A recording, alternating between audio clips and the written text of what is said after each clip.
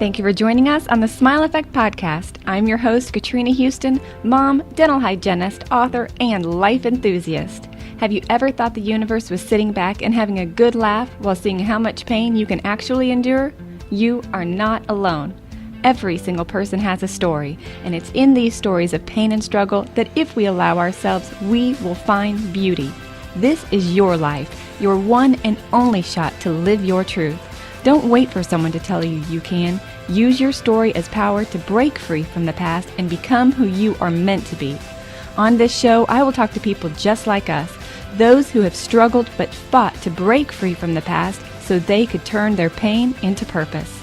Stop telling yourself that you're not good enough and live the life you are meant for. Are you ready? Let's do this.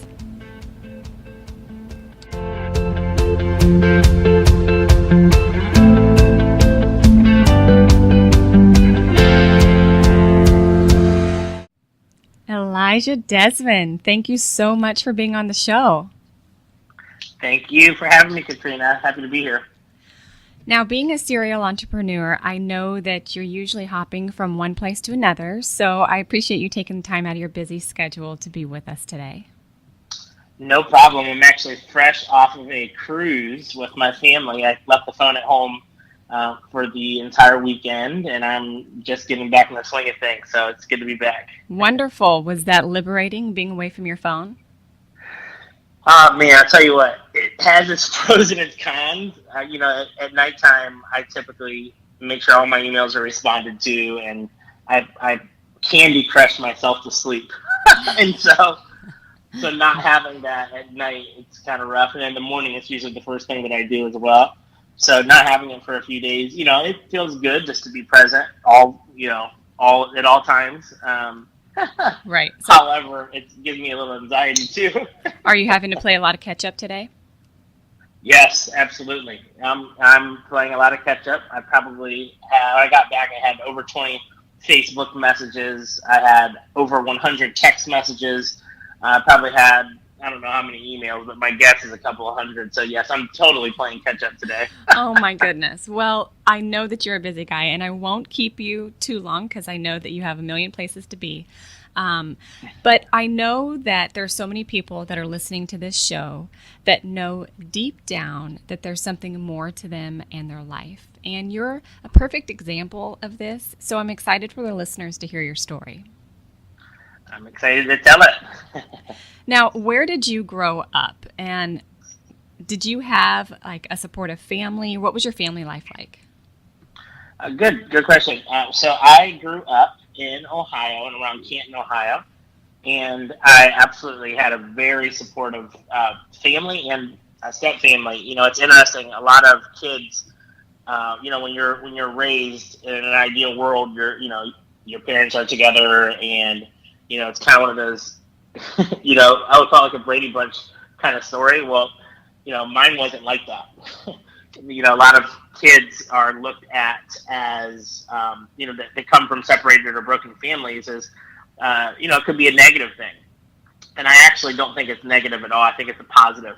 My parents both, they divorced when I was young, about 8 years old. And I actually had the privilege of being loved by 4 separate families, right? So that's my mother, my father, and then the households or the families that they remarried into. So I had 4 different families essentially, and a lot of times I think keeping a marriage together is the best thing.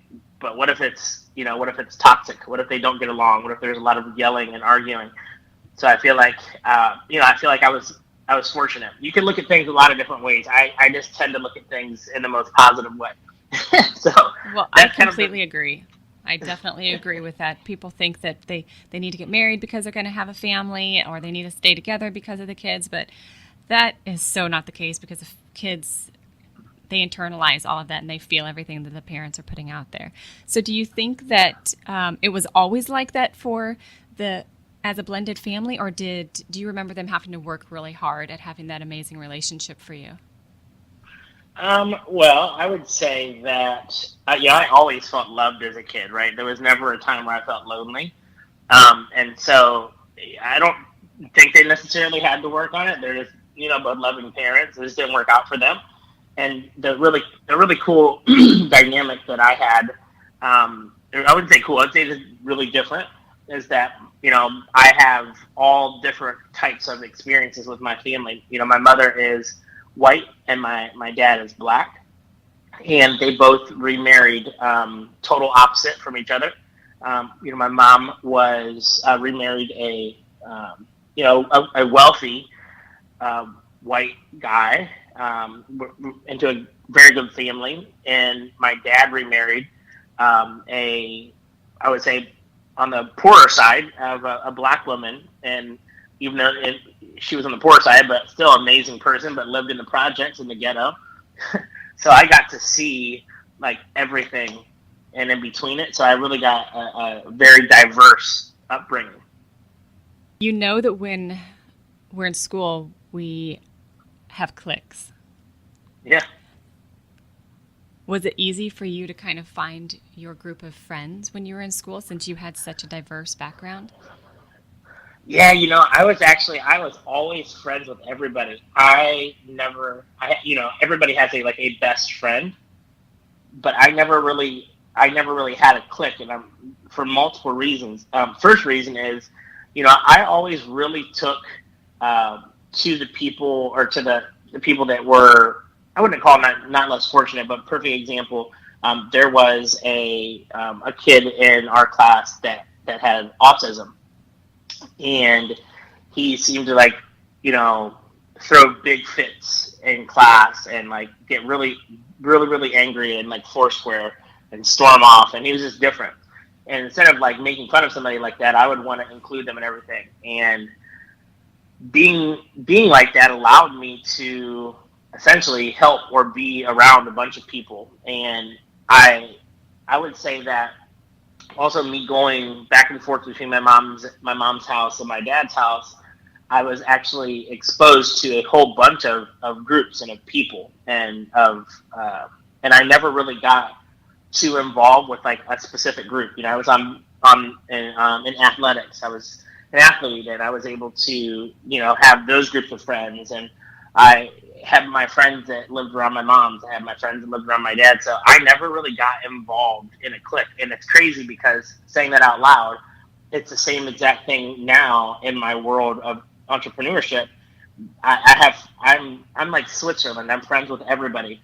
And there's no group of people in particular that I am closer to. I was like that too when I was in high school, and part of me thought there was something wrong with me because I didn't have those go-to friends that I was always with and who I'm still best friends with today. Did you ever feel like maybe you just didn't fit in? You know what? I actually did. And it was I would say early teens, 11, 12, 13, in that area. And it was when I would go to first off, I went to an all-white high school, and I was the only black person at my all-white high school. And then I would go to my dad's, and it was all black. And it was hard for me at first, I would say for a couple of years, of figuring out what's my identity. Am I black? Am I white? Do I wear FUBU and Tommy Hilfiger, or do I wear American Eagle and Hollister? Do I wear baggy jeans, or do I pop my collar? Mm-hmm. It was almost like being pulled in a bunch of different directions, and you don't know what to do. And so what I had decided to do, which is the number one risk in life, and it's being yourself. So I just decided that I would be unique, and whatever I liked, I would do, and I would be me. I wouldn't change. There's slang, and there's different things that different ethnic groups say or cultures say, whether it's a white thing or a black thing. There's just different. And I would catch myself essentially trying to blend to my surroundings, and it was hard to do that. And it was a point where I'm like, you know what, I'm just going to be myself. And at that point where I was just me, it helped me get along in life so much better. And I decided that I would continue to do that, just be who I am. And there was no faking. There was no there's no me adjusting. It was just me being me, and it was so much easier to do that. And the crazy thing is that same exact story happened in my career, in my industry. And essentially, people that are in cliques or people that expect you to be a certain way, which I would call normal, things that wouldn't be accepted normally. I questioned myself, should I tone it down way back? Should I not be myself? Should I try to do something to appease people? And I chose the harder route, which is being yourself again. I love that you said that, because it's so much harder for the majority of people to be themselves. They feel left out, and like people are talking about them behind their back when they don't fit that norm. And it is when you can let go of trying to fit in and be normal that you find out who you truly are, and then you can find the path that you're really supposed to be on. But it's so hard. So what advice do you have for somebody who knows that there's more about themselves and that they aren't fitting in to what society says is normal? What kind of advice would you have to give to somebody like that? I would say embrace being different, embrace being a trendsetter. Know that there's a lot of other people out there that are just like you, and those people maybe have just not came out yet because they felt uncomfortable. And I think this embracing something that's new is everything. And a lot of times people are not going to like what's new. They're not going to like what's loud. They're not going to like what's different. And as long as you stay on that track and you're true to yourself, as long as you're doing the right thing, people will come around and they'll get to know you, and they'll get to know your why. And I would just say, just embrace being different. Don't try to appease people. I had Jamie Dooley on the show a few weeks ago, and we were chatting after we stopped recording, and she was saying that when her girls were little, she wrote a play, and they actually did a production for this play that she wrote. It was called "What If Normal Was Weird?" Mm-hmm. And isn't that really intriguing to think, if it was us weirdos who like to be ourselves, who stand out, if we were actually the normal ones? Yes, that is better. Yes, it's interesting. You have recently become a published author. Congratulations. Yes. Thank you. Now, that was not an easy journey for you, was it? No, it wasn't at all. And most people publish books to, have that on their CV or their resume, or get more speaking gigs, or, book more business. And the reason behind my book was a lot deeper than your I would call your average or your normal person.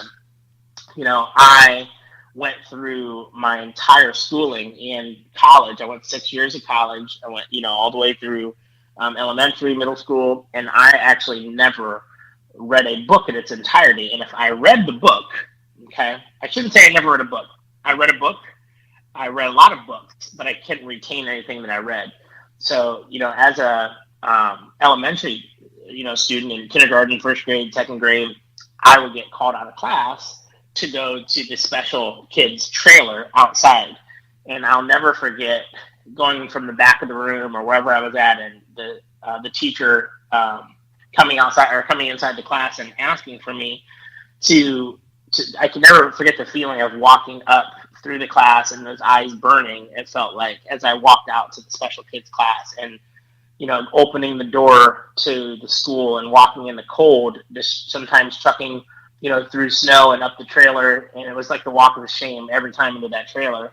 And I felt like I didn't feel like I was just a special kid, and it made me feel less, made me feel underneath the regular kids, and I wanted out. So I did everything that I could to essentially get out of the special class. And there was this, I don't know if you remember the Pizza Hut Book It Club? Yes, I do. Wow, that takes you back. Yes, so I loved pizza. I still do. My metabolism caught up with me, unfortunately. But back then, back then I loved pizza too. And you read a certain amount of books, you got a free personal pan pizza. So I'd have my mother take me to the library, and I would come out of there sometimes with 20 books. And would I read them? Absolutely, would I read them? But I would get through just a paragraph, and I wouldn't even remember what the heck I read. So it was like almost pointless to read. I could read out loud. Every single chance in class I got, I would raise my hand and read, and I would always think that it's going to get better. It's going to get better, and I realized that it just didn't get any better. And so grade comes around, and I'm going into a Catholic school, private Catholic school, and I have to take the assessments to see like what classes that I should be in, etc. And I was like so worried that I would get put again in the special class. And thank God I didn't get put in a special class. And all it is, I think it's like reading comprehension is what it is, which is why I did horrible on the ACT, just because I can't comprehend it. Like I can read you a sentence, I'll tell you what it means. I read you a paragraph, I probably forgot what I read. And so what happened was I got really good with relationships and communicating with people, because if you read me an article or a paragraph versus me reading it, I will retain it. So I got really good with essentially learning. I understood how to learn, and I began to build these relationships with the teachers. And the teachers actually genuinely really like when a kid says, "Listen, I don't understand this," after hours, right? "I don't understand this. Can you help me?" And that one-on-one, where they're communicating it with me, is 10 times better than me reading it. And so what I did was I went through all elementary, and I never fully read a chapter. I went through all middle school. I never fully read a chapter. I got to high school. By this point, I was getting straight A's. So I found out how to get straight A's. The way is, well, first off, become friends with the teacher. Teach them, or let them know that you really want to learn this stuff, but you're just having trouble digesting it. And they told me things such as, look at those boxes in the top right corner, the things you should know, right? Go to the very end of the chapters. There's these tests. Read those tests. And if you and answer the test. If you get something wrong, go research what it was so you can figure out. And so that's what I would do. I would learn how to essentially get good at taking tests and not have to read an entire book like everybody else would. And so there came a point to where I now had, been able to get straight A's, and but I just didn't really like school too much, and I decided I would go to my guidance counselor and I talk to him and let him know, my situation, and I'm not really happy, in school. I get bored really easy. I don't, it's hard for me to pay attention. I'd be the one kid in class that talked a lot. What do you know? I get paid to do that now. And they told me that there was a possibility of me testing into college early. So I took the tests. I actually passed the test. I got accepted full time into college. And 6 years later, I graduated. By the way, I started, speaking at that time as well when I went into college. And that was 15 years old when I started my career as a motivational speaker for kids. And I graduated 6 years later from Ohio State University. Still haven't actually read an entire chapter and found a way to graduate. And what brings us all full circle is that I couldn't read a book. And so a personal goal of mine that I had was that I wanted to write a book. And November 6th, that came to reality. I published my first book. In 36 hours, it made bestseller on Amazon. And that book is, to me, just showing how you can overcome, your weakest part of you, your weakness. You can overcome weakness. Anything is possible. And I did that. And I feel like other people can do it too, because I'm just a normal person, right? I'm a person that can read a book and not even understand anything. If I can do it, so can you. When we're told something over and over again, we tend to believe it. So how at such a young age did you feel like, how did you overcome that belief? It was more me telling myself that. It was me telling myself I don't belong in this class. it was me blocking out the people that were the disbelievers and me having a stronger belief in myself than essentially than they did. I remember one day I was a sophomore in high school, and my teacher told me that do I have something? This is so. Let me back it up. Class was about to start. Class started. I was in the back of class. I was telling a story to like the people in my corner of the classroom, and I was telling them a story that was impactful in my life. The story actually is that I got accepted into college, and I was super excited. Teacher started class, and I still was talking, which I shouldn't have been. But it was that time when the teacher he kind of singled me out of all the group. And a whole bunch of kids that were talking, but I was the one that got in trouble. He basically said, "Elijah, do you have something that you want to say to the whole class?" And I said, "Sure, yes, actually."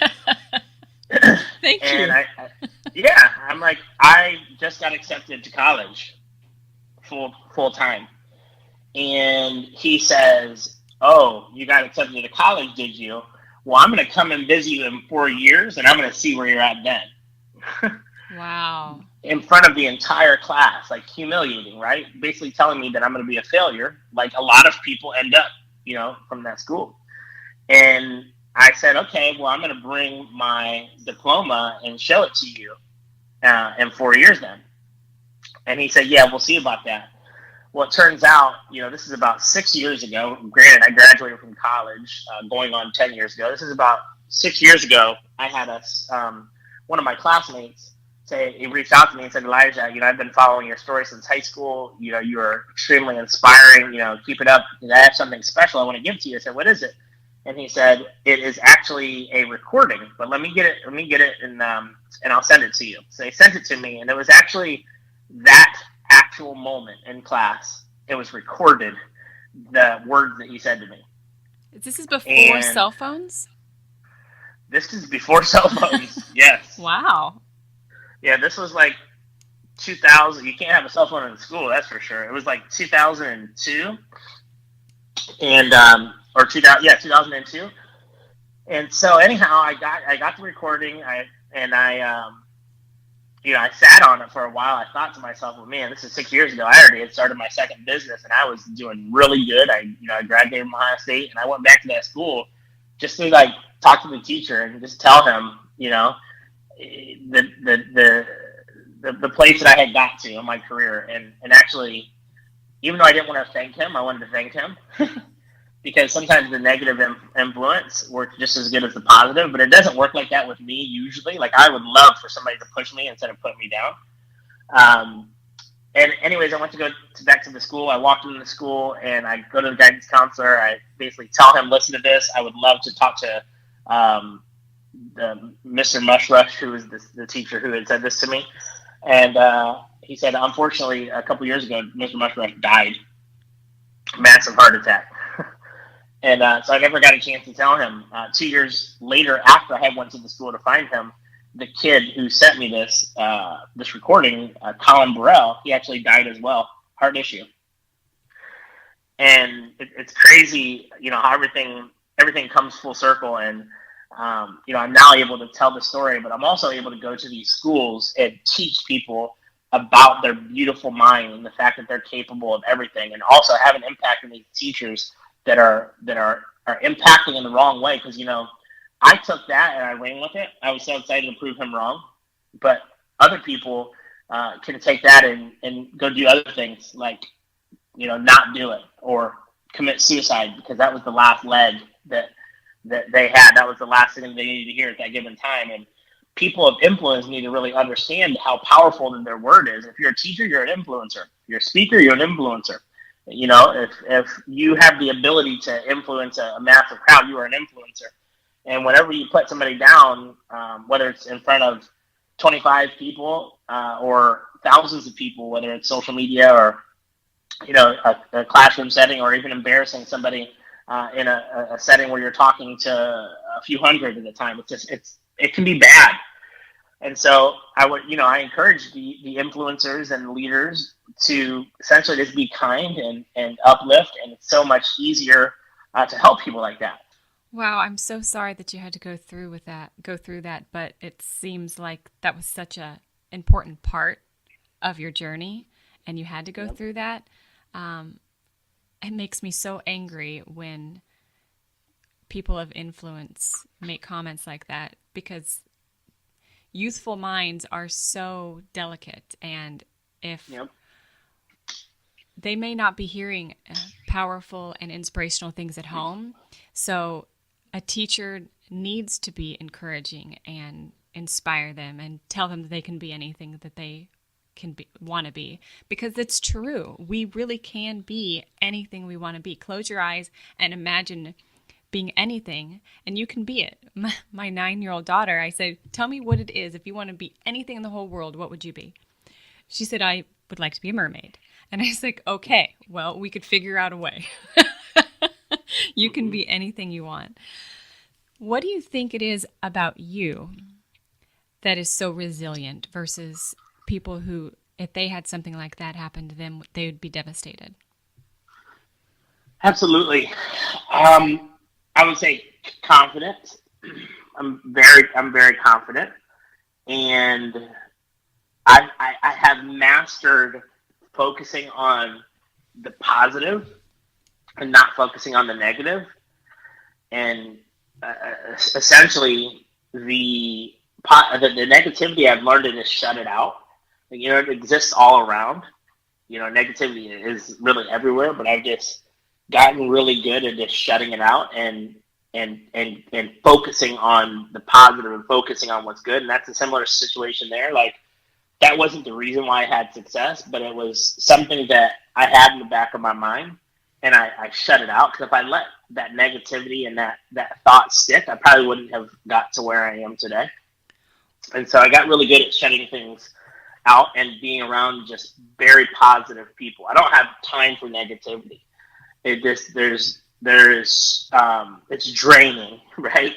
And it's so fulfilling and energizing to be around happiness and people that are full of joy. And so I've got really good at this, picking my focus, and that's how I've overcome some of the negative things. Where do you think that positive internal dialogue comes from? Honestly, I feel like it comes from a support at a young age, and being in a positive environment, and then to the point to where you're on your own, to where you can make that decision. I wasn't brought up in a negative environment, and I feel that the longer that somebody remains in that negative environment, they get used to it, and it's really difficult to dig somebody out of that if they've been into it a long time. So, for example, these thoughts and these big pictures that people have of themselves, it is a lot easier to mold that and to get rid of that early in youth than it is compared to whenever you are 40, 50, 60, 70 years old. Because a lot of these people now, they're not just kids that I'm speaking to. I'm speaking to adults, grown people that have this negative outlook on themselves. Like, I'm not good enough. I'm not smart enough. I can't do it. And it is definitely possible to alter that mind and alter that thinking to go from I can't to I can, but it gets harder in time, right? So that is why my mission is to go back and affect our youth at that age where it's a fragile mind, and they have the ability to pivot one way or the next. And I'm not saying that you can't pivot when you get to the point of 30, 40, 50, 60. You absolutely can. I've watched it. However, I feel that I'm best at that youth level. One of the reasons is because I'm 31 years old, right? I'm still I still have the ability to talk to and relate to our youth, and hopefully I can stay in that arena. However, I know I can do the exact same thing to adults as well, which is why I do what I do. So when you graduated high or college, what'd you get your degree in? I got my degree as I had a bachelor's of science in dental hygiene. So I got my degree in dental hygiene. So you were a hygienist, which for the listeners, that is a male dental hygienist in a predominantly female industry. Yep. How challenging was that? And, that's the same thing. I mean, put it like this. Everything is perspective. It's how you look at it, right? It is a very similar situation to being all black in an all white high school, right? Or being a person that is wearing Abercrombie when everybody else is wearing FUBU. So you can look at it in a negative light, which I'm part of a group called Mr. RDH, where a lot of men are suffering because it's a female predominant profession, and I don't get it. I don't get it because I never allowed that to affect me. So as a male, honestly, I feel like I had the upper hand. Why? Because I'm different. I felt like I had the upper hand where majority felt that they weren't treated fairly or they were looked at differently because they're a male. Oh no, forget that. I'm proud to be a male hygienist. Just like I was proud to be, black or mixed in an all white school. I was proud to be myself. So I never really faced the adversity because I didn't let it in. I didn't let it negatively affect me. When I graduated from college, I had 8 job offers. Why? Because I was confident. I knew my worth, and I had options. And so it did not affect me. And I will tell you, there's many of my friends who it absolutely did affect. But it's a mindset thing. If you think that you are not as good, or you think that people are looking at you crazy, guess what? They are looking at you crazy, and you will actually internalize that to where it's going to be a negative effect on you. But if you think that you're different and you have a lot to offer, and you think people will accept it, then they will. And so I didn't get that because of really my prior mindset going in, because I was used to being different. And so I would encourage anyone who feels that, they're different for a certain reason, embrace it and own it, and stop trying to run from it. When you start running from it, that's only going to hurt yourself, and it's going to show on the outside with the people around you. But if you can embrace it, you can own it, then it makes it totally acceptable and makes it in your advantage. I couldn't agree more. So you went from being a clinical hygienist to realizing there was more still inside of you that you had to get out. So you have gone on an entrepreneurial journey, and at the very young age of 31, you have created 11 different companies. Absolutely. I'll tell you, first off, 11 sounds great, but let's be honest, they weren't all successful businesses. I've miserably failed and lost tens of thousands of dollars on 3 of them. And I've now sold a couple, working on 3. And, I'll tell you, for me, I don't like to be told what to do or when to do it.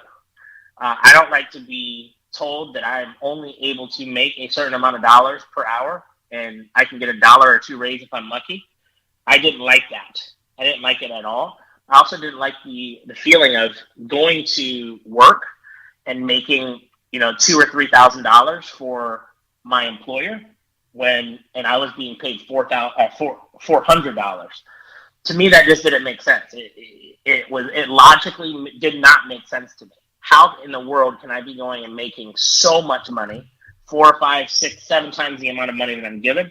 Didn't make sense to me. And so I knew right away that, I was going to be going down the entrepreneur journey. I'll also tell you this, I come from a entrepreneurial background. My dad was awarded by the NAACP Entrepreneur of the Year in Canton, Ohio. And I was raised into being self-made and essentially making your own money and making your own rules. And I don't follow rules well at all. I really don't. It stinks. It could be a flaw, but it's a positive too. I just don't follow rules. Like, I make my own rules. I have respect, though. I absolutely have respect. However, I don't like someone else setting my rules for me. I'm grown. I'm an adult, and I'll tell you what. The day that I went in that dental practice that I was working in, and they told me keep my phone in the back or keep my phone in the locker. Oh my goodness, that was it for me. It didn't make any sense. It didn't make any sense at all, and I knew then, like, I am not a child. You cannot hold me down. I'm opening my own business. So I started my first business in Hawaii. That was the first place that I was practicing in as a dental hygienist. Started my first business in Hawaii. It was a dental temp agency. I had no money. I was riding the bus, and if we can divert for a minute, I want to tell you about the bus itself. Um, Everybody, first off, I needed to be on that bus. It was a nice, humbling experience for me. But I feel like everybody should have to experience that. And what I mean by experience that is experience the bottom. When you experience the bottom, you appreciate the top so much. You know, I remember going to the back of that bus every day on the way to work, working for somebody else that I was making a couple $1,000s and getting paid $400 for it. And I remember sitting in the back of the bus because I didn't want to sit at the front, because at the front there was a lot of homeless people there. They stunk. A lot of times there was flies around their ankles, big swollen ankles. They were scruffy, and I was judging them. I was so guilty of judging. And I was busy looking out the window of the bus and looking at the Mercedes and the BMWs and the Lamborghinis driving by. How am I going to get in that Range Rover? I thought to myself. How am I going to get off this bus? What are these people doing?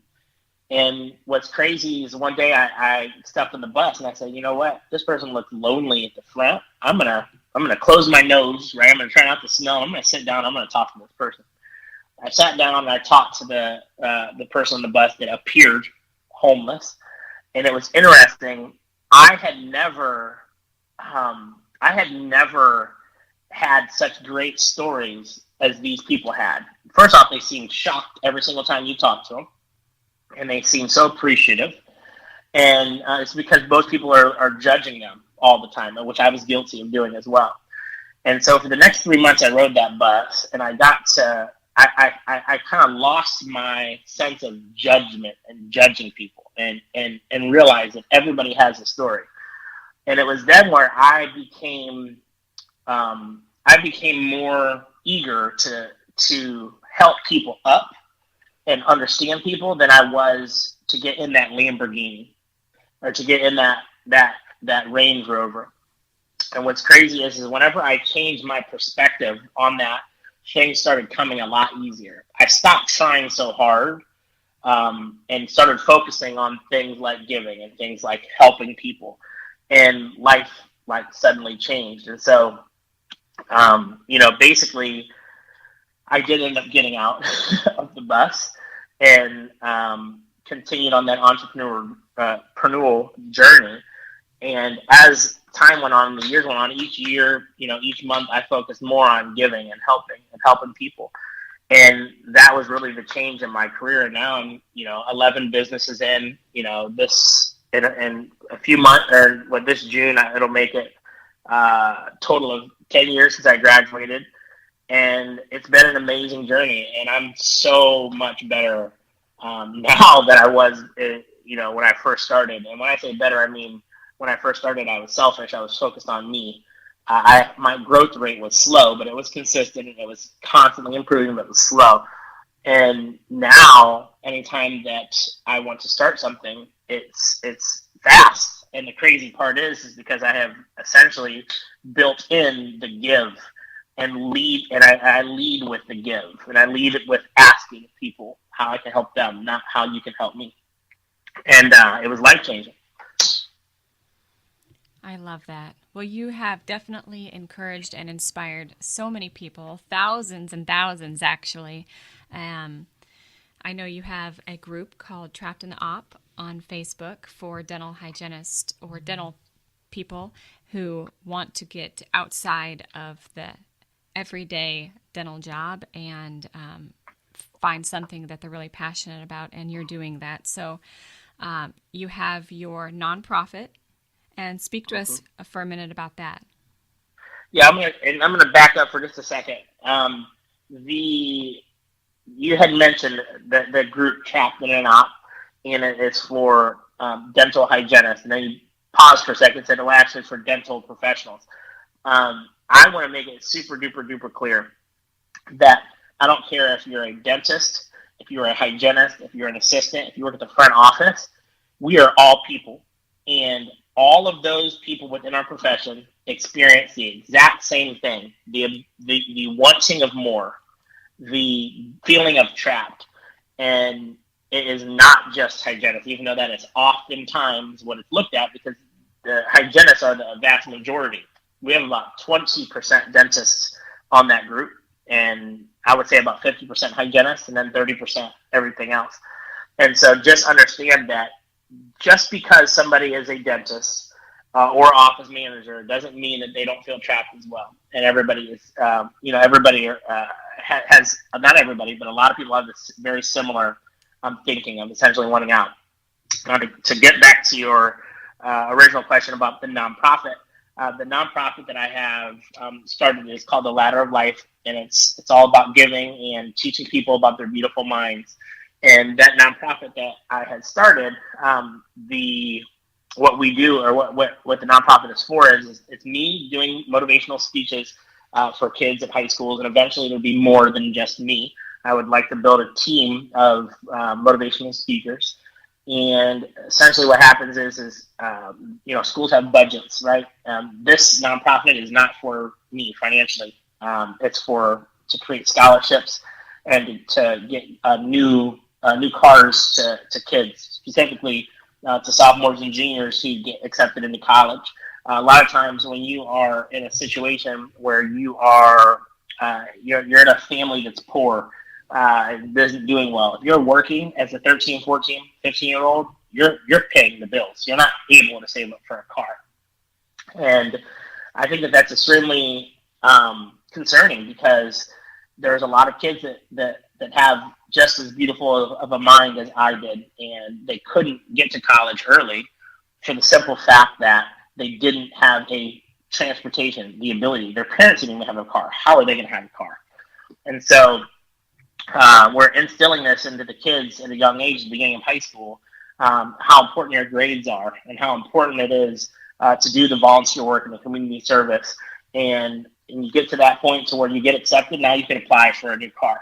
And so we're rolling that out at my high school first, and then we plan to roll it out throughout the country. But that's the new car incentive. And that is going to be a brand new car. It's going to be a very basic new car, but it's going to be a new car that any 16-year-old would love to have. Now, the thing is if they made it that far, typically their good grades aren't going to just disappear. They're going to continue to do that. And we're going to also offer a full ride scholarship for kids. And the scholarship is actually going to be geared at kids that are interested in the entrepreneurial side of things. And then missions. Something that I'm super passionate about is going and helping people, specifically in third world countries, but even here in our own country. But going and helping people who have no idea who they are, have no idea who I am. I go into their life with others, and we change it, and then leave. There's just no better feeling. And so I want to use some of that money to support people who have the ability to go help in missions. So that's essentially what the Ladder of Life, the nonprofit, is all about. Wow, how fantastic. So for our listeners, if they want to reach out to you or find out more about you or the Ladder of Life, how can they do that? Absolutely. Well, first, I would say the easiest way to reach out to me is to send me a Facebook message, Elijah Desmond. You can email me. I am responsive to emails. Business emails are coming in like crazy every day. And so you can email me if you'd like at Elijah at drivendentalmarketing.com or smile@smilesatc.com. But I go back to, it's best to probably get a hold of me that's on Facebook Messenger. And shoot me a message. I'm pretty quick to respond there. unless that I'm out in the country or on a plane reception. That would probably be the best way to reach out to me. And then my website is elijahDesmond.com, and there's a contact form there for booking me at high school events, speaking events, and then also just contacting me in general. And where can they find your book? Amazon.com, Serial Entrepreneur from Startup to Success. There's a Kindle version and there's a paperback version. You can go there, and I would highly recommend it for anyone that is looking to become an entrepreneur. It's really the building blocks to starting any business. I make it very easy, no fluff. It's in the book. It's very actionable. You can actually take the things and actually go and do them. And I would highly recommend it to anyone that's interested in starting their own business. I would too. Absolutely. Elijah, you are a wealth of information. You're so inspirational, and I love your heart is all about giving back. And thank you so much for being on the podcast and letting the listeners learn from you. Yes, thank you.